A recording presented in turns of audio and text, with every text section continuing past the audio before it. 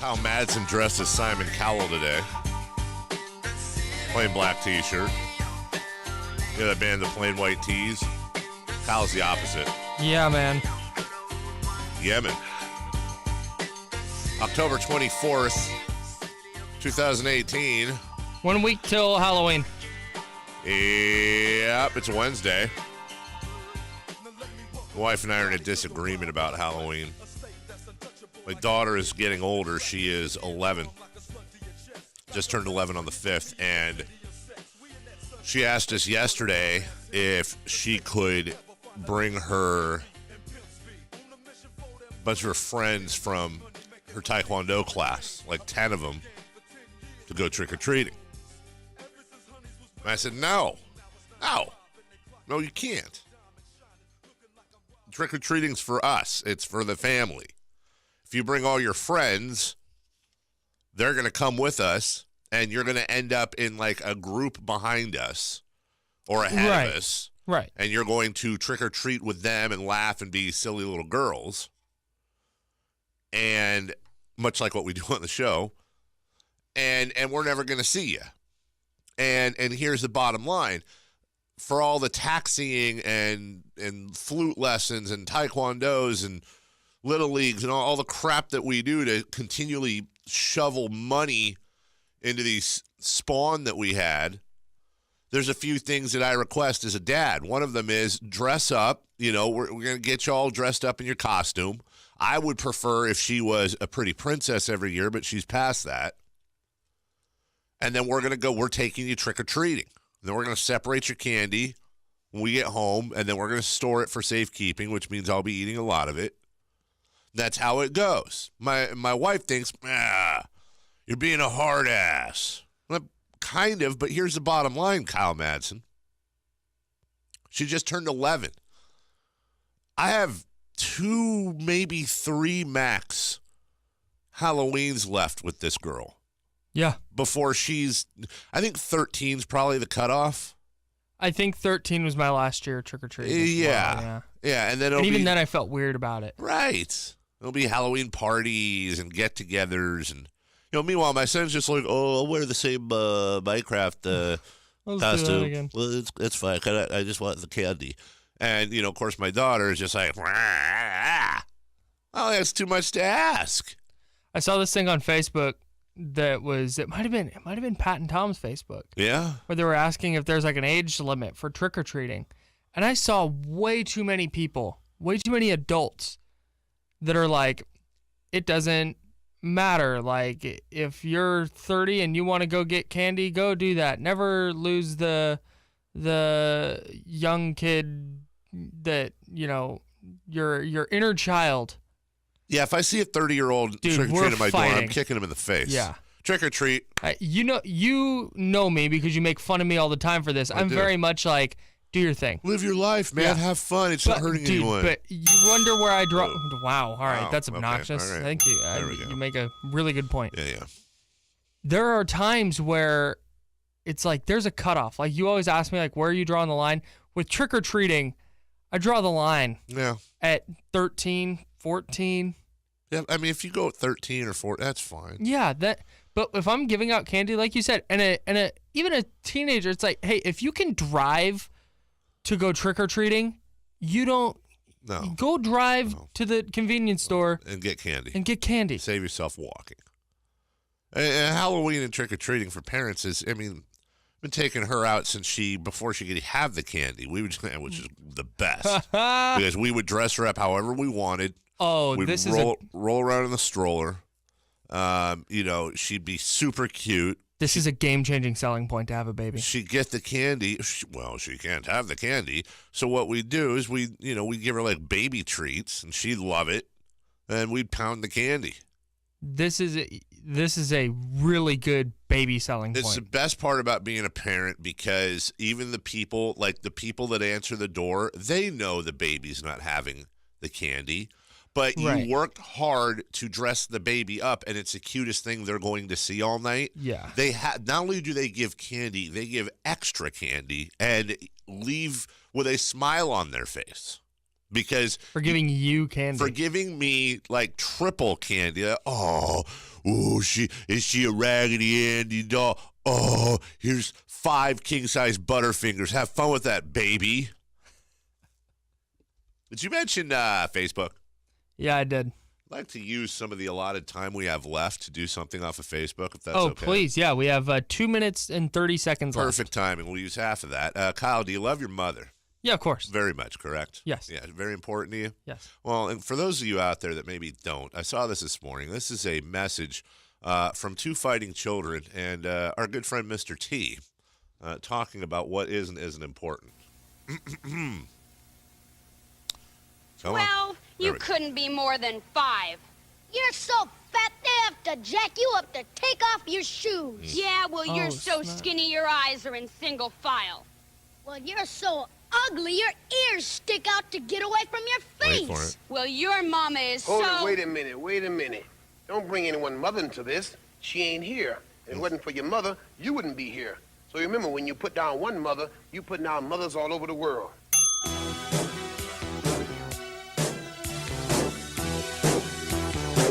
Listen up, kids. Treat her right, treat your mother right. Treat her right, treat her right. Treat her right, treat your mother right. Treat her right, You listening, Kyle? treat her right. Yeah. Mother, there is no other like mother. So treat her right. Treat her right. Mother, I always love her. My mother. So treat her right. Treat her right. M is for the moan and the miserable groan from the pain that she felt when I was born. O is for the oven with its burning heat, where she stood making sure I had something to eat. T is for the time that she stayed up nights and took my temperature when I wasn't feeling right. H is for the hard-earned money she spent to keep clothes on my back and try to pay the rent. E is every wrinkle I put on her face and every worry that I caused when I stayed out late. The last letter R is that she taught me respect, and for the room up in heaven that I know she'll get.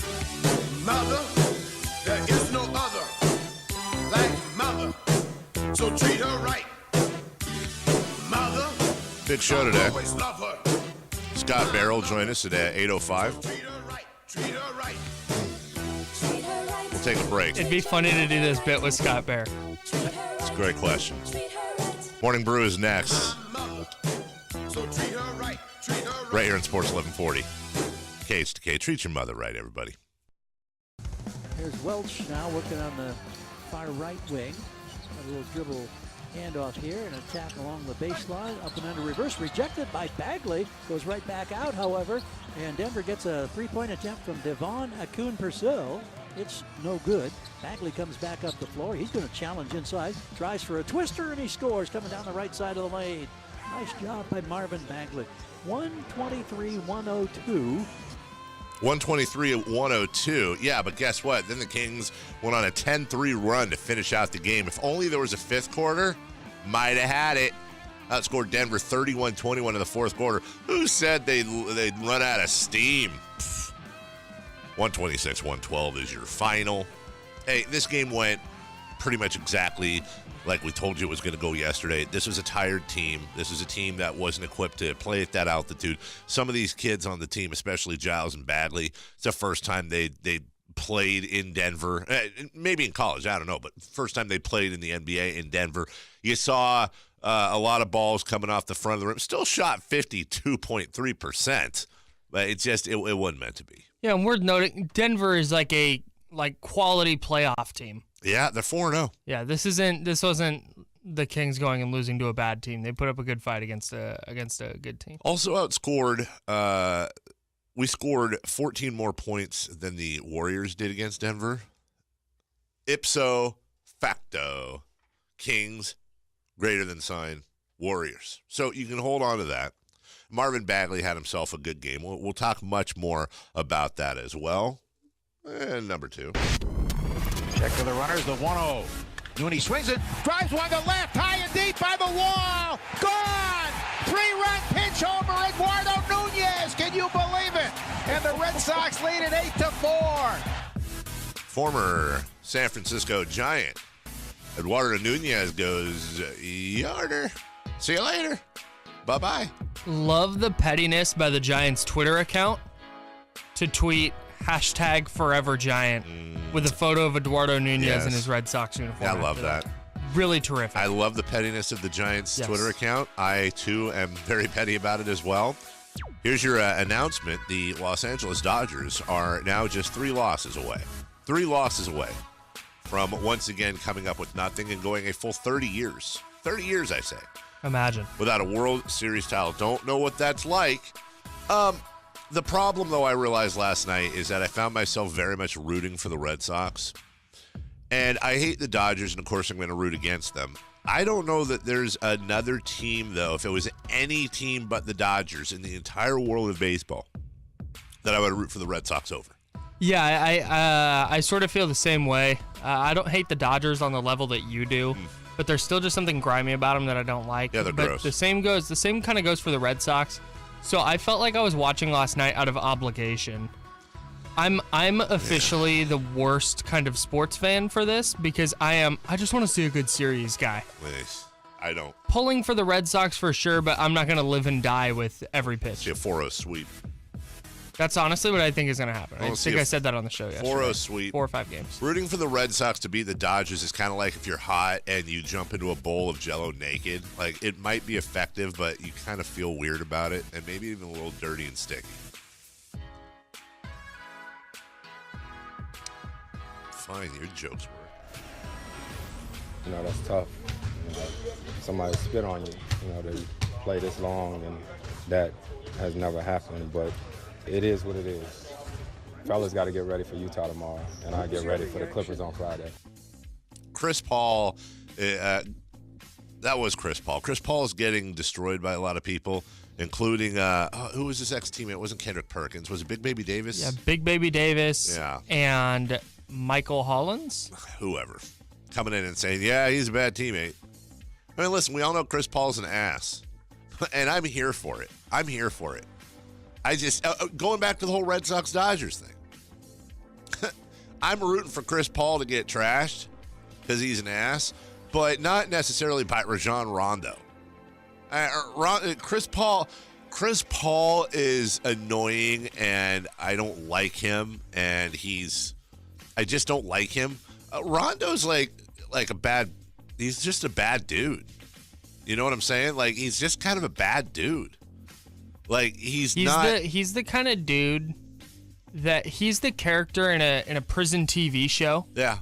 Who like shanks somebody and then walks away and then comes back around and goes, "Oh, shame." Yeah, it sucks. Like, oh. Then steps on the guy. Yeah. Yeah. Kicks him on the way by. But here's the thing, and that's a really good analogy, Kyle, because here's why. Because he does that, and even though he's in the wrong, and even though it's a bad thing he did, the rest of the prison kind of pounds their chest and goes, respect. Respect. And that's kind of what's happening with Rondo right now. People hate Chris Paul so much, and Rondo is just, he is kind of a badass. Like, he does not give a you-know-what. But there's a lot of people that are like, yeah, that's my guy, Rondo, man.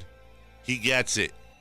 He's hardcore. I love it. Well, okay, well, you're forgetting that the dude's not an angel at all. Yeah, the whole, like, oh, playoff Rondo. Yeah, playoff Rondo. Oh, he's a savant. You're forgetting that he's a jerk. He quit on one of his teams. He outed a gay referee. He spit on Chris Paul. But people see where he bends over at the free throw line and like unties somebody's shoes, and they're like, "Oh, that quirky Rondo." Yeah, but then Lance Stevenson does, and it's like, "Come on, man." Yeah. Well, Lance Stevenson has his own. I understand that. Oh, I do. All right, we'll take a break. Hey, the Lakers, the worst, is the moral of this story. The Lakers. What's it like to win a game? They don't know. What a great night in LA sports. I mean, the Clippers won, but they don't care about the Clippers. So, Lakers haven't won. Dodgers 0-1 in the series.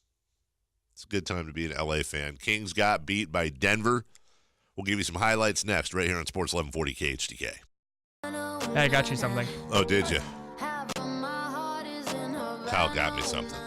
This is never good. Don't bring anyone mother into this. What? What'd you get me? Oh, you didn't hear that? I didn't hear that. Whoops. Yes, not in my Don't ear. bring anyone mother into this. There you go. What was that? Don't bring anyone mother into this. Don't bring anybody. Don't bring. Wait, what? That is in Mr. T. Yes, Mr. T's. Love Mr. That's T.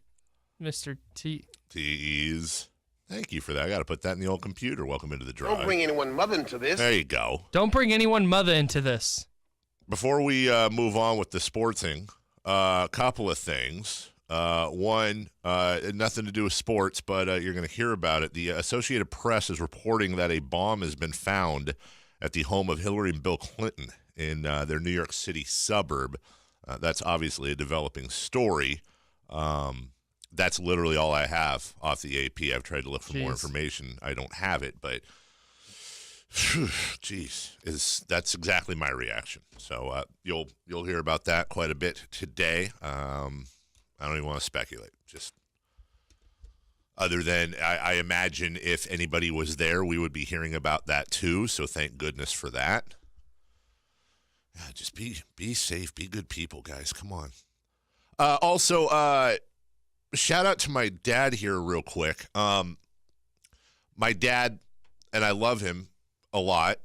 We'll text commentary sometimes during the show, not to the text line at 441140, but to the private Carmichael Dave text line sponsored by my phone bill. And he heard the comment I made about hauling stuff around in the truck, and of course he's texting along to it. What he doesn't realize, or if he does realize it, he's really mean, is that he created a group thread between myself and my wife yesterday to ask what to get his grandson for his birthday next week. Dad, you're texting on the group line, so Melissa's sleeping right now, and will be she just got up 3 minutes ago, but she's sleeping right now, Dad, and you're texting her things she has no clue because they're out of context. So please do switch over to the private text line you and I have, so that I don't get yelled at by my wife for having out-of-control grandpas. Don't bring anyone mother into this. Yeah, exactly. From the 916, is Snacks Harrison related to Taco Charlton? That's a great question. No. Mount Rushmore. We'll work on this. Because I think tacos are more of a meal than a snack. Although if you scarf one taco, I could see that being a snack. So could we make a Mount Rushmore of food-related sports nicknames? Oh, for sure. So right now we have Snacks Harrison and Taco Charlton on there because we don't have anybody to knock them off. But I would appreciate that on the text line. Yeah. With some great food nicknames. Like Hot Dog McGee probably played second base for the Brooklyn Barons in 1936, you know. And a guy so for me, like Pee Wee Reese doesn't fit. No. Because that's not a nickname. That's just his last name. Correct. You mean Reese as in Reese's Peanut Butter Cups? Right. I gotcha. No, it's got to be I'm trying to think Sorry, Reese, I did not think I would ever run into you. Shout out Mitch Hedberg, R.I.P. God, what is one of them? There's not a... Somebody's going to text a couple. Can't be Eli Apple. Does Big Mac work for Mark McGwire?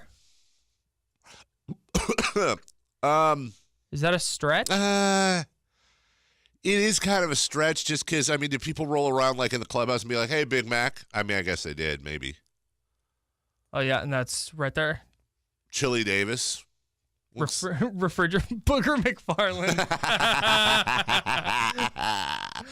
Cocoa Crisp. Oh, that's a good one. It's a very good one. What was old Chili Davis of the Giants? One of the first Giants players I remember. What was Chili's real name? Oh, Charles Theodore Davis. Look at that. Also known as Chili Davis. Chili Davis is definitely on Mount Rushmore. I'm writing this down. We're supposed, yeah, please do. We're supposed to be getting into Kings right now, but I had to fit this in somewhere. I'll fit it in right now. Hank Greenwald passed away. I believe it technically was the day before yesterday in the afternoon, according to his family. He was 83 years old. If you don't know Hank Greenwald, then you're either below 21, 25 years old or not a Giants fan. Hank Greenwald was one of the soundtracks of my youth. It was Hank Greenwald and Ron Fairley that I listened to growing up. And Hank was the play-by-play voice. Ron, of course, being the color commentator. Before Krug, before Kipe and all that. In fact, Hank Greenwald called quite a bit of Mike Kruko's games. I thought he was awesome. I never thought he got the notoriety he deserved. And I'm pretty darn sure he didn't care. But as a Giants fan who became a Giants fan when I was very young, in the Chili Davis years when they were losing 100 games, to have Hank Greenwald on the call during those hum baby years, especially with Roger Craig, the manager, who's still alive, by the way. I think Roger Craig's like 90-something. During all those hum baby years, and Giants fans will remember this proudly, drafting Will Clark, Robbie Thompson, bringing over Kevin Mitchell in those 87, 89 years, Jeffrey Leonard, one flap down versus the Cardinals. Hank Greenwald was just fantastic. And maybe my favorite call was in the 1989 NLCS, the same series where Will Clark hit a grand slam in Game 1 off of Greg Maddux at Wrigley Field, which is the reason why you see players cover their mouths with their gloves on the mound, was because Will Clark read what the pitch was going to be when he was in the on-deck circle and promptly took it over the ivy. This was Mitch Williams back when Mitch was at the top of his game wild thing versus Will Clark in the NLCS, and Hank Greenwald on the call. If I can unmute this here. Here we go. Sorry, Hank. The lead from third, Butler off second, Thompson from first in the pitch. Thank you. And Clark hits it up the middle of the center field base hit. Maldonado scores. Here comes Butler. On his way to third is Thompson. The Giants lead 3-1. And Superman has done it again. Superman has done it again was a great line from Hank. I find myself asking the question because I just grabbed that off of YouTube, and apologies for it being so loud at the beginning. Did I hear somebody running music underneath that? Kyle, just tell me if you hear like a bass line. Maldonado with the lead from third, Butler off second, Thompson from first in the pitch. Yes. And Clark hits it up. I want to punch these people in the neck that do this. When you're posting highlights to YouTube, I don't want to hear your song. Now, if it's a highlight package and you're trying to pump people up, that's fine. But people need to understand, and they don't.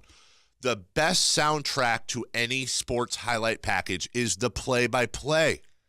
Now, when you're taking something like this, which is Hank Greenwald's maybe most classic call, you don't need to put a light bass line underneath. I'm still trying to figure out how he got a hit with a swing that ugly. You mean the sweetest swing in baseball history? I have two defenses of this. Okay. One, they're trying to avoid like copyright issues, so they throw like a music bed under it because that skirts some law. I don't know. I'm not a lawyer. Okay. If you can imagine that. The other thing is that might be from like a tape or a like highlight show or something. That and you're saying this particular like this is a like fragment of a larger thing where it's a bunch of clips cut together, so they throw a music bed under it. Like you got it off of TV, something like that, and that's fine.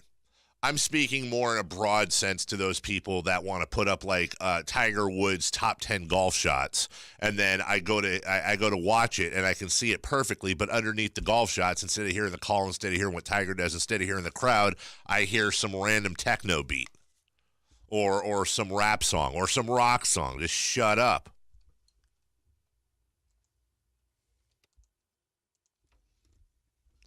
We got to go? Yeah, we do. All right. Well, R.I.P. Hank Greenwald. I said we'd talk about the Kings in this segment. Gomez puts it in play. So here's one highlight for you. Here, turn that up, Kyle, would you? Giles gets a layup, blocked by Bagley at the last second, and that'll do it for the quarter. Okay, there you go. So we technically visited with the Kings a little bit. So we did kind of pay that off, Kyle. When we come back, World Series action, and don't worry, we'll have plenty of Kings for you. We got the Kings at the top of the hour, 7 o'clock, also 7:35. And then we'll get an NBA roundup at 8:35. Scott Bear will join us as he does every Wednesday. Talk about Amari Cooper, talk about the Raiders in general, even though it was a bye week.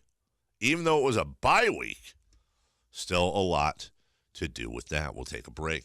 When we come back, go Red Sox, up 1-0. We'll talk about it right here on Sports 1140 KHTK. Air ball from Aaron Gomez, and the Kings head up the floor. Bagley taking it into the front lane. He's going to challenge the Joker, and he beats him with a left hand. Kind of a half stutter step there, and then he moved to his right for a moment. I was afraid there'd be a whistle for a possible dragging of the foot on the hesitation move, but it froze Jokic. We'll get to the Sacramento Kings at the top of the hour, also again at 7:35 last night, though. We also had Game 1 of the World Series, Red Sox-Dodgers at a very slippery, sloppy Fenway Park. Here was Clayton Kershaw before the game. I mean, I really want to win the World Series. I think that's no different than the other 50 guys in both locker rooms, though. I think the only difference maybe is that because we've gotten so close in the past, because we've gotten to go to the postseason, we're a little bit spoiled in our expectations every year with the Dodgers, which is a great thing. How'd that work out, Clayton? Check of the runners, the 1-0. Nooney swings it, drives one to left, high and deep by the wall. Gone! 3-run pitch homer, Eduardo Nunez. Can you believe it? And the Red Sox lead at 8-4. Did the Red Sox come back, or excuse me, did the Dodgers come back in this ballgame? Kimbrel straightens up on the hill. The 3-2 pitch to Turner. Swung on and missed. Strike 3, and Game 1 belongs to the Red Sox. The Red Sox have a 1-game-to-none lead in the World Series over the Los Angeles Dodgers with an 8-4 win here tonight. Your thoughts, Clayton Kershaw? Team battled well. You know, we stuck in there, kept fighting back. They finally got one there at the end to kind of put us out of it, but our team did a good job of battling and grinding through. Got to sail a little bit tonight, so, you know, a lot of good things on the offensive side for sure. So Clayton Kershaw, Kyle, was removed from the ball game in the 5th inning. The line on Clayton Kershaw last night, 4 innings, 7 hits, 3 walks, 5 earned, ERA of 11.25. You know, this narrative that Kershaw sucks in the postseason is way, way overblown, and I'm going to tell you why with cold, hard facts. Last night was Clayton Kershaw's 8th career postseason start, allowing 5 runs or more. And I'm going to give you a list. That seems bad. I'm going to give you a list of all the pitchers in baseball history that's happened to more than 5 times.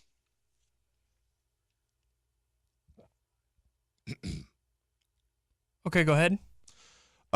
Here is the list of players that have been taken out of a postseason game. Okay. Giving up 5 or more runs. Okay. More than that amount of times, 8 times. Yeah. Okay, go ahead. Just rattle them off. Are you waiting? Oh. Just wanted to pause for effect there. Yeah, dude, he sucks in the postseason. He's a tremendous pitcher. He's Hall of Famer. This guy got on me on Twitter one time. And pointed to all these stats, a bunch of advanced stats that were basically like saying in context, Clayton Kershaw actually is about as good as he is in the regular season, but, you know, luck or whatever. And I'm big into analytics, and I'll buy into that. But dude. He might not be awful in the postseason. Like I'll buy that, I guess. But he's not the same dude he is in the regular season. Yes, Dave. To your point about him not being awful in the postseason, and I will absolutely allow for the fact that I'm very biased. Right. Okay. Last night was the 8th time he has had a postseason start allowing 5 runs or more. Right. Which is more than anybody in history. Right, but I think there's also, after his last start, maybe 2 starts ago, he was one of the only pitchers to have X amount of postseason starts with 7 innings and 1 run or fewer or something like that. Yeah, because and here's part of the problem with the stats. Like, if you see a lot of times during the postseason, you'll see like guy on the one team that is not a Hall of Famer he leads the Red Sox in RBI in all of history, or the Yankees home run lead or whatever. Because you have so many playoff games now as opposed to before, those stats are all skewed. They're all skewed. But what I'm saying is on both sides. Like, you can say, well, for example, the 5th most. Well, he's had a lot of starts. So that speaks to what I was saying. No, I'm backing up what you're saying. Also, on the other end, anything bad, anything good, you have more opportunities on both the pitching and batting side. You have more opportunities to do good things and bad things. The issue arises for me with Kershaw in that he is so dominant in the regular season. Right. And he just doesn't have these hiccups. Yeah, he doesn't have these just stretches of like, wow, he can't get anybody out. Somebody texting in right now, it's perfect almost that Clayton Kershaw is the Tony Romo of baseball. And I understand it. I think Kershaw is better in the regular season than Tony Romo ever was in the regular season, but I understand where they're going, which is you've got a guy that you look at and you go, man, this guy looks so amazing at times. He looks so amazing most of the time. But then when it comes down to it, for some reason, Clayton Kershaw's fumbling the hold for the field goal. There's just something and that's why, to me, I understand why relievers get paid. I understand why Nate Goodyear and I, your buddy, used to have massive arguments on the air about relievers. And his contention that getting 3 outs in the 9th inning is no different than getting 3 outs in the 4th inning, or getting 3 outs in the 1st or 3 outs in the 6th. And ostensibly, it's not. And I think that, and this is an example of where numbers and mathematics and the black and whites get a little stupid, because it's not different. It's 3 outs. It's the same. It's 60 feet 6 inches. They don't extend the plate. They don't move the bases forward. You don't get 2 strikes or 5 balls. It's the exact same thing. But that's where the computer needs to have a little smoke coming out of it, because and here we go, anybody who's played baseball, I've never played Major League Baseball, but anybody who has played Major League Baseball will tell you that the dumbest statement in the world, other than, hey, is that the banjo player's Porsche, is getting 3 outs in the 9th inning is the same as getting 3 outs in the 3rd inning, because it's not, because you're not allowing for pressure. You're not allowing for pressure. You're not allowing for heart rate. You're not allowing for crowd noise, pulse, and human error. And there are some people that are so married to numbers, they forget about the human part of sports. Sure. Nate and I would also, I'm not picking on Nate here because he was right about a lot of things I was wrong about.